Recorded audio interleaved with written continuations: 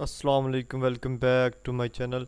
दोस्तों, ये जो लेक्चर आपके सामने है ये सबसे इम्पोर्टेंट लेक्चर है फाइनल टर्म में। तो वीडियो को एंड तक ज़रूर देखिएगा, इसमें मेरा कुछ फ़ायदा नहीं है। आपने जो व्यूज़ देना था वो आपने यहाँ तक दे दिया। आगे आपने अगर नंबर्स लेने तो वीडियो को एंड तक ज़रूर देखिएगा, क्योंकि ये इसमें 12 शॉर्ट क्वेश्चन है, 12 जो जिनमें से एक दो जो लाजमी आए ही आएंगे हर पेपर में, ठीक है। तो फाइनल टर्म के लिहाज से ये सबसे इम्पोर्टेंट चैप्टर है, जिसमें हमारे पास ये 12 शॉर्ट क्वेश्चन हैं। लेकिन कितना कितना करना है वो आपको साथ साथ बताता जाऊंगा। तो अगर आप चैनल पर न्यू हैं तो चैनल को सब्सक्राइब कर दें और बेल आइकन को दबा दें ताकि आने वाली वीडियोस आपको मिलती रहें। सबसे पहला जो हमारे पास शॉर्ट क्वेश्चन है वो है टेबल्स का, ठीक है। टेबल्स क्या होते हैं? Tables is one of the most versatile and widely used visual add. Visual add का जो सबसे वाइडली यूज़ होने वाला मोस्ट वर्सटाइल चीज़ है वो कौन सी है? टेबल है। एक तो ये एमसीक्यूज़ भी है, दूसरा ये क्या है, हमारे पास शॉर्ट क्वेश्चन भी है। Tables are used so often because they can help writer achieve several common objective. Tables बहुत ही कॉमनली यूज्ड होते हैं ताकि कॉमन जो ऑब्जेक्टिव है एक रीडर्स के, राइटर के, वो उसे अचीव कर सके, उसे हासिल कर सके। ठीक हो गया, एक शॉर्ट क्वेश्चन आपके सामने हो गया। चैप्टर थोड़ा सा बड़ा है लेकिन आपको शॉर्ट करके बताऊंगा और शॉर्ट करके ही आपने करना है, सारा चैप्टर आपने नहीं करना। ठीक हो गया। तो दूसरा जो क्वेश्चन हमारे पास इसमें है कि आप किस तरह टेबल को बना सकते हैं, कंस्ट्रक्ट कर सकते हैं। तो सिंपली होता क्या है कि हमने अरेंज करना है इंफॉर्मेशन को रोज़ में और कॉलम्स में, ठीक है। You should adjust the basic structure as needed to create an attractive visual aids that your readers will find easy to use. आपको जो आपकी इन्फॉर्मेशन है उसके लिहाज से आपको अपना विजुअल एड्स को अट्रैक्टिव बना सकते हैं और उसका स्ट्रक्चर भी उस लिहाज से रख सकते हैं। जितनी इन्फॉर्मेशन उतनी रोज़ उतनी कॉलम्स आप अपनी मर्ज़ी से बना सकते हैं, कोई इसमें दिक्कत वाली बात नहीं है, ठीक है। दो यहाँ पर शॉर्ट क्वेश्चन हो गया, ठीक है। उसके बाद हमारे पास है बार ग्राफ। बार ग्राफ क्या होता है ये हम देख लेते हैं। Like a table, a bar graph can represent numerical quantities. Bar graph किसको रिप्रेजेंट करता है? न्यूमेरिकल क्वांटिटीज़ को रिप्रेजेंट कर रहा है। Which is done using rectangles called bar. Rectangle इसमें इस्तेमाल करते हैं जिसको बार कहते हैं। The greater the quantity the longer the bar will be. अगर क्वांटिटी ज़्यादा होगी तो बार जो ग्राफ होगा वो भी क्या होगा? ज़्यादा होगा। तो ये हमारे पास क्या है? बार ग्राफ है, इसको आपने याद रखना है। तो जिसके जो यूज़र्स हैं वो भी देख लेते हैं कि ये किन यूज़र्स के लिए इस्तेमाल होता है। To compare quantities at a glance, एक ही नज़र में हम क्वांटिटीज़ को कंपेयर करें इसलिए यूज़ होता है। टू शो ट्रेंड्स, ट्रेंड्स यानी जो ऊपर जा रही चीज़ जो नीचे आ रही है उसको ज़ाहिर करने के लिए। To indicate the composition of a whole, पूरी कंपोजिशन को ज़ाहिर करने के लिए। तो इसके ये 3 यूज़र्स हैं, ये भी आपने याद करने हैं। उसके बाद जो मोस्ट इंपॉर्टेंट है वो ये है कि how to construct a bar graph. तो सिंपली आप इस बार ग्राफ को किस तरह ड्रा कर सकते हैं? Begin by drawing your axis so that your graph will be रफली स्क्वायर। स्क्वायर होना चाहिए, यानी जिसको हम जिसके 4 कोने हों, ठीक है। Along one axis place tick marks at regular intervals to indicate quantities. यानी एक टिक मार्क होना चाहिए हर एक्सिस पर जो क्या कर देता हो, ये क्वांटिटीज़ को ज़ाहिर करता हो। ठीक हो गया, तो ये आपने याद रखना। उसके बाद हमारे पास है पिक्टोग्राफ। पिक्टोग्राफ क्या होते हैं? पिक्टोग्राफ को देख लेते हैं। तो सबसे पहले जो पिक्टोग्राफ है वो एक स्पेशल काइंड है बार ग्राफ की। In which the bars are replaced by drawings that they represent the thing being described. यानी ये जो बार इसमें रिप्रेजेंट होते हैं वो चीज़ों को ज़ाहिर करते हैं, ठीक है। The chief advantage of the pictograph is that it uses drawings to symbolize concretely the quantities you are talking about in your graph. इसमें जो सबसे इम्पोर्टेंट चीज़ है, जो इसका सबसे इम्पोर्टेंट एडवांटेज है वो ये है कि ये सिम्बलाइज़ करता है, यानी ये ड्राइंग करके उसकी शक्ल बनाकर इशारा करता है जो हम जो चीज़ हम बयान कर रहे हैं अपने ग्राफ में। ठीक हो गया, तो यहाँ तक इसको आपने याद करना है, ठीक है। उसके बाद हमारे पास है कि how to create a pictograph. तो ये जो हम किस तरह पिक्टोग्राफ को क्रिएट कर सकते हैं। The procedure for creating a pictograph is nearly identical to that for creating a bar graph. यानी बार ग्राफ और पिक्टोग्राफ दोनों को ड्रा करना सिंपली एक दूसरे से रिलेटेड है, आइडेंटिकल है। लेकिन the difference is that you draw pictures instead of rectangles to represent quantity. Pictograph में ये होता है, पिक्टोग्राफ नाम से ज़्यादा होता है पिक्चर। पिक्चर को ड्रा करना होता है इसमें सिंपल, ठीक है। पिक्चर को हम ड्रा करेंगे ना कि रेक्टेंगल्स को। ठीक हो गया। उसके बाद हमारे पास है लाइन ग्राफ। लाइन ग्राफ क्या होता है? लाइन ग्राफ ये इंपॉर्टेंट शॉर्ट क्वेश्चन है, ठीक है। Line graph shows how one quantity changes as a function changes in another quantity. ये ज़ाहिर करता है कि जो एक फंक्शन है उसकी जो क्वांटिटी है वो कैसे चेंज हुई है जो दूसरे फंक्शन था उसकी क्वांटिटी से। तो ये जो इसकी सबसे पहली लाइन है ये आपने याद करनी है इसकी डेफिनेशन में, ठीक हो गया। उसके बाद आपने याद करना है कि हम किस तरह लाइन ग्राफ को क्रिएट कर सकते हैं, ये आपने जस्ट पढ़ लेना, ठीक है। ये क्या होता है, ट्रेंड्स और साइकिल्स दिखाने के लिए इस्तेमाल होता है, ट्रेंड्स को कंपेयर करने के लिए इस्तेमाल होता है, और दो या दो से ज़्यादा जो वेरिएबल्स होते हैं उनको इंटरेक्ट करने के लिए इस्तेमाल होता है, ठीक है। इसको बनाने का जो तरीका है, in line graphs you generally show how variation in one thing, जिनको डिपेंडेंट वेरिएबल कहते हैं, और दूसरी affected by variation in another thing, यानी जो दूसरी चीज़ से अफेक्टेड हुई हैं जिन पर वो डिपेंड करती थी, जिनको इंडिपेंडेंट वेरिएबल कहते हैं। Line graph almost always show the dependent variable on the vertical axis.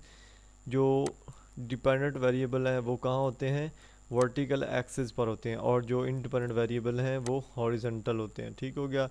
तो ये आपने इतना इसको याद कर लेना है। ये जो नेक्स्ट ये वाला थी लाइन, ये वाली लाइन थी, ये इसमें यह था कि इसमें उन्होंने बताया था कि जो लाइन ग्राफ है वो डिपेंडेंट वेरिएबल को वर्टिकल एक्सिस पर और इंडिपेंडेंट वेरिएबल को हॉरिजॉन्टल वन पर डिस्क्राइब करती है। तो ये एक एमसीक्यूज भी इसमें आ गया और ये शॉर्ट क्वेश्चन भी हो गया, ठीक है। उसके बाद हम बात करेंगे पाई चार्ट्स की। पाई चार्ट्स क्या होते हैं, जो पाई चार्ट्स है हमारे पास, pie charts are unsurpassed in their ability to depict the composition of a whole. पूरी जो कंपोजिशन होती है उसको डिपेक्ट करता है, उसमें एबिलिटी होती है, ठीक है। पाई चार्ट्स हमने बायो 401 में भी देखे थे, ठीक है। तो इसमें सिंपल एक दायरा होता है, उसको क्या उसको कट किया होता है दरमियान में से, डिफरेंट उसके जो पार्ट्स बना दिए जाते हैं, तो वो एक पाई चार्ट बनता है, ठीक है। तो इसका आपने जो याद करना है वो ये वाला याद करना है, ठीक है। ओके हो गया। और उसके बाद आपने इसको क्रिएट कैसे करना है ये याद रखना है कि to create a pie chart you draw a circle and draw lines that slice it into wedges. इसके लिए सबसे पहले एक सर्कल दायरा लगाना है, उसको मुख्तलिफ लाइंस ड्रा करनी जो उसको मुख्तलिफ हिस्सों में तकसीम कर दें। Each wedge occupies a portion of the circle circumference proportional to the amount of the total pie that the wedge represents. हर जो वेज होगी, हर जो लाइन होगी वो एक सर्कमफेरेंस जो है वो कंटेन करेगी, और उसकी जो टोटल अमाउंट होगी वो पाई चार्ट की वेज रिप्रेजेंट करेगी। Arrange the wages in a way that helps your audience determine the rank of wages and compare relative sizes of the particular wages. यानी उन जो वेजेस हैं उनको इस तरह अरेंज करना है कि वो सारी जो आप इंफॉर्मेशन दे रहे हैं वो आपके ऑडियंस तक आसानी से पहुंच जाए। जैसे कि यार अक्सर हमने देखा है, अगर एक एग्जांपल ले लें जिसमें दुनिया के बारे में बताया गया है कि वाटर इतने परसेंट है, वो तो आपने पढ़ा ही होगा मैट्रिक इंटर में, कहीं भी वो गोल दायरा था, उसमें वाटर जो था वो 70% है, जो दूसरे ऑक्सीजन है, कार्बन डाइऑक्साइड है, वो कितना कितना वो सारा दिया हुआ, ठीक है, वो सेम है। तो उससे क्या होती है, इन्फॉर्मेशन एक मिनट में जो ऑडियंस है वो उससे इंटरप्रेट कर सकती है, ठीक हो गया। उसके बाद है हमारे पास फ़ोटोग्राफ्स। तो फोटोग्राफ जो है इसको आपने याद करना है, ठीक है। इसमें क्या है कि you can show your readers exactly what they were to see if they personally were to look at an object. यानी अगर वो किसी चीज़ पर नज़र डालते हैं तो वो क्या पर्सनली सी करते हैं उससे।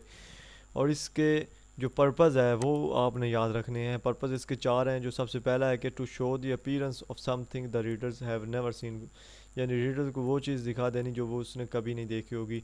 सच एज जैसे कि inside the human art, human art के अंदर जो चीज़ है वो कभी नहीं इंसान ने देखी, तो वो क्या होगा, उसकी अपीयरेंस अगर दिखा देगा तो ये रीडर जो है उसने कभी नहीं इस चीज़ देखी। उसके बाद है to show the condition of something, यानी अगर हम result of a skin treatment कर रहे हैं तो ये कंडीशन ऑफ समथिंग है जो वो शो करेगी अपने फोटो में। To help the reader recognize something, कुछ चीज़ समझने के लिए। To help your audience find something, ठीक हो गया। ये मैंने हाईलाइट कर दिया है फोटोग्राफ्स को। उसके बाद हम बात करेंगे डायाग्राम्स की, ठीक है। डायाग्राम्स क्या होते हैं इसको देख लेते हैं। जो डायग्राम है ये भी ड्राइंग की तरह का ही कंसेप्ट है, लेकिन इसमें ड्राइंग जो होती है वो एक्यूरेटली होती है, ठीक है। जो actual appearance of the thing जो होता है वो एक्चुअल जो वो दे देता है, ठीक है। डायग्राम्स डिपिक्ट सब्जेक्ट्स मोर अब्स्ट्रैक्टली, यानी क्लियरली तौर पर सब्जेक्ट के बारे में जो चीज़ होता है वो बता देता है। जैसे कि हम अगर कोई भी साइंस की किताब लेखें तो उसमें डायग्राम्स दी हुई हैं मेंढक की या कोई मछली की, उसमें सारी हम इंफॉर्मेशन निकाल सकते हैं आसानी से। ये थोड़ी सी कम्प्लेक्स इन्फॉर्मेशन भी प्रोवाइड करती है, करने में कम्प्लेक्स इन्फॉर्मेशन। ये एक एमसीक्यूज़ है कि वो कौन सी चीज़ है जो कन्वे करेगी कम्प्लेक्स इन्फॉर्मेशन, तो डायग्राम ये करती है, ठीक है। जैसे कि एक्चुअल मशीनरी जो होती है वो दिखाई हुई होती है, इंडस्ट्रीज़ की अगर बात करें एक पिक्चर में, तो वो बहुत कम्प्लेक्स होता है। उसके बाद ये हो गया, आपने याद करना है, ठीक है। उसके बाद है कि हाउ टू कंस्ट्रक्ट या create a diagram, decide exactly what you want to show. सबसे पहले ये डिसाइड करें कि आप दिखाना क्या चाहते हैं, ठीक है। उसके बाद create an appropriate means to represent your subject with geometric shapes और perhaps sketches that suggest their appearance. तो आप सबसे पहले एक मीन सेलेक्ट करें, ज़रिया सेलेक्ट करें कि आप उनको ज्योमेट्रिक शेप्स के ज़रिए में दिखाना चाहते हैं, एक कंसेप्ट देना चाहते हैं, या पूरी उसकी जो स्केच है, जो उसकी पूरी शक्ल है वो बताना चाहते हैं, ठीक है। Provide the explanation people need in order to understand your diagram as a separate key in the title as a part of the diagram itself. इस पॉइंट लास्ट पॉइंट में बताया कि डायग्राम में वो एक्सप्लेनेशन होनी चाहिए जो आपके जो लोग हैं उनको नीडेड है, और इसमें जो टाइटल होता है वो डायग्राम खुद होती है, क्योंकि डायग्राम का कोई टाइटल नहीं होता, इसके डायग्राम खुद होती है, ठीक है। तो ये भी आपने याद रखना है कि how to create a diagram. उसके बाद हम बात करेंगे फ़्लो चार्ट की, कि फ़्लो चार्ट क्या होता है। Flow chart are an excellent means of representing the succession of events in a process और प्रोसीजर। फ़्लो चार्ट्स में यह है कि इवेंट्स जो एक रिपीटेडली यानी रिप्रेजेंट उनको करें, अगर एक इवेंट आया उसके बाद दूसरा हुआ उसके बाद तीसरा हुआ, उन सबको रिप्रेजेंट करें, रिप्रेजेंट करें, उनके प्रोसीजर को रिप्रेजेंट करें, तो हम फ़्लो चार्ट इस्तेमाल करते हैं। The simplest flow charts use rectangles, circles, diamonds और other geometric shapes to represent events and arrows to show the progress from one event to another. Arrow जो इसमें इस्तेमाल होती हैं वो किस लिए होती हैं, प्रोग्रेस को शो करने के लिए, और ये रेक्टेंगल, सर्कल, डायमंड और दूसरे ज्योमेट्रिक शेप भी इस्तेमाल करता है, ठीक है। एक तो इसके बारे में होगी कंप्लीट डेफिनेशन इसकी, ठीक है। उसके बाद बात करेंगे कि इसको क्रिएट कैसे करना है। A few conventions govern the creation of flow charts, कुछ हैं तो उसमें क्या है कि the labels that identify the activities are placed inside the boxes and represents those activities। यहाँ पर ये जो inside है ये हमारे पास MCQs है कि label that identify the activities are placed inside the boxes that represent those activities। Boxes are arranged so that activity flows from left to right and from top to bottom or both। Boxes जो होते हैं वो arrange हम कर सकते हैं activity के हिसाब से, लेफ़्ट राइट कर दें या टॉप से बटम कर दें, ठीक हो गया। ये हमारे पास फ्लो चार्ट को क्रिएट करने का तरीका है। उसके बाद हम बात करेंगे ऑर्गेनाइजेशनल चार्ट्स की। ऑर्गेनाइजेशन चार्ट जो है वो यूज़ करता है रेक्टेंगल्स और लाइंस और अरेंजमेंट ऑफ द पीपल को रिप्रेजेंट करने के लिए। डिपार्टमेंट, एक ऑर्गेनाइजेशन जो है उसमें डिपार्टमेंट के जो लोग हैं उनको रिप्रेजेंट करने के लिए हम रेक्टेंगल्स और लाइंस इस्तेमाल करते हैं, जो कि एक ऑर्गेनाइजेशन चार्ट इस्तेमाल करता है। And it reveals the organization हाइचरी and indicating how the smaller units are combined to create larger units, यानी ये ज़ाहिर करता है कि स्मॉलर यूनिट्स किस तरह बड़े यूनिट्स बना देते हैं। It show also indicates how represents to whom and who gives direction to whom. For example अगर हम बात करें वो चार्ट की, जिसे हम ट्री चार्ट भी कहते हैं फॉर एग्ज़ाम्पल, जिसका एक यहाँ पर हेडलाइन दी हुई है कि फॉर एग्ज़ाम्पल यहाँ पर हेड है, ह्यूमन हेड, तो नीचे उसके कितने पार्ट हैं, ठीक है। उसके बाद हम मैंडिबल्स आके, मैंडिबल्स है उसकी एक हड्डी है, तो उसके आगे नीचे उसके आगे कितने हिस्से हैं, इस तरह बने होते हैं। तो वो क्या होता है, एक ऑर्गेनाइजेशन चार्ट होता है। वो स्मॉलर से जो लार्जर की तरफ भी करता है डायरेक्शन, और लार्जर से स्मॉलर की तरफ डायरेक्शन भी करता है। तो ये हमारे पास ऑर्गेनाइजेशन चार्ट है। इसको क्रिएट करना कैसे होता है ये भी देख लेते हैं। Because of the hierarchical nature of most business organizational charts are usually pyramidal होते हैं, जैसे कि पिरामिड्स हैं, ठीक है। Do not need to show every part of the organization, only those are relevant to your reader. Sometimes you may need to represent more than one kind of relationship by using different lines for the different relationship. इसमें आपको सिर्फ वो part represent करना होता है जो कि organisation के लिए, लोगों के लिए इम्पोर्टेंट है, और कुछ भी नहीं रिप्रेजेंट करना होता है। और आपको इसमें हो सकता है कि हे काइंड का जो रिलेशनशिप है वो रिप्रेजेंट करना पड़े हे की लाइन से, या हो सकता है कि मुख्तलिफ लाइन ड्रा कर मुख्तलिफ जो रिलेशन होंगे वो ड्रा करने पड़े, ठीक है। उसके बाद हमारे पास है schedule chart. A schedule chart identify the major steps in a project and tells when they will be performed. ये शेड्यूल चार्ट जो है ये हमें स्टेप देता है और हमें बताता है कि कब ये इवेंट परफॉर्म होगा। शेड्यूल क्या क्या मतलब होता है कि एक टाइम टेबल जो बना होता है, ठीक है, ये वो रिप्रेजेंट करता है। They are often used in project proposals to show the proposal plan of work, यानी प्रोजेक्ट प्रपोजल का दिया होता है जिसमें फॉर एग्जांपल आपकी जो रोल नंबर स्लिप है वो एक शेड्यूल चार्ट है कि आपका जो ये पेपर है ये इस दिन होगा, इस टाइम होगा, ये पेपर इस टाइम होगा। ये सारा क्या है आपके जो प्रोजेक्ट है कि एग्ज़ाम पेपर हो रहे हैं वो सारा क्या है आपके प्रपोजल प्लान को, वर्क जो है उसको बयान करता है। You can also use schedule charts and progress reports to show that you have accomplished and what you have left to do.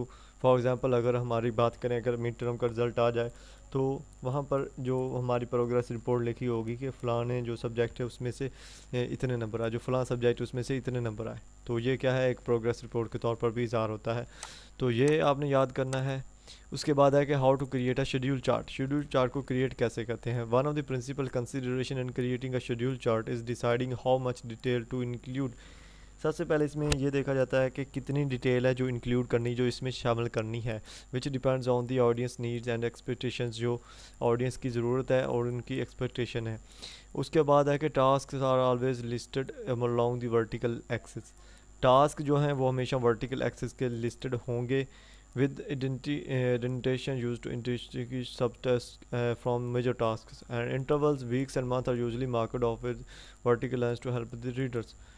ठीक है, यहाँ पर जो वीक्स और मंथ हो गए वो यूजुअली कहाँ मार्क किए जाएंगे वर्टिकल लाइंस पर, जो कि रीडर्स को हेल्प करेंगे कि ये जो टाइम है ये इस टाइम को, टाइम जो जैसे कि आपको एग्जांपल दी आपके रोल नंबर स्लिप की कि टाइम जो होंगे वो मंथ होगा, जो डेट होगी वो वर्टिकल लाइंस पर होगी, ताकि आपको पता चले कि आपका जो ये सब्जेक्ट है ये इस टाइम है, इस दिन है। ठीक है, इसको क्रिएट करने का तरीका है। उसके बाद है बजट स्टेटमेंट। बजट स्टेटमेंट को आपने याद करना है, ये भी इम्पोर्टेंट है। इसको होता क्या है कि इसमें एक budget statement is the table that shows how many will be gained और स्पेंट, जिसमें सिर्फ मनी की बात होती है कि कितना पैसा हासिल किया या कितना पैसा उसमें लगाया। इट मे बी सिंपल और very elaborate depending on your readers need. तो ये आपके रीडर्स जो है उसकी ज़रूरत के मुताबिक है, जो है डिपेंड करती है उस पर। ठीक है, आपकी ज़रूरत के मुताबिक डिपेंड करती है। ठीक है, तो यहाँ पर हमने ये जो मैंने पहले शुरू में बताया था कि ये एक जो लेक्चर है बहुत ही इंपॉर्टेंट है फाइनल टर्म के हवाले से। इसमें 12 शॉर्ट क्वेश्चन, 12 से भी 24 बनते हैं, क्योंकि एक को पहले याद करना, फिर उसका ड्रा करने का, क्रिएट करने का तरीका भी याद करना है। तो मुझे यकीन है ये वीडियो आपको अच्छी लगी होगी। अगर वीडियो अच्छी लगी तो एक छोटा सा लाइक और कमेंट ज़रूर कर दीजिएगा, और अगर अभी तक चैनल को सब्सक्राइब नहीं किया तो काइंडली चैनल को सब्सक्राइब कर दें, ताकि आने वाली वीडियोस आप तक पहुंचती रहें। और मिलेंगे इंशाल्लाह नेक्स्ट वीडियो में। अल्लाह हाफिज़।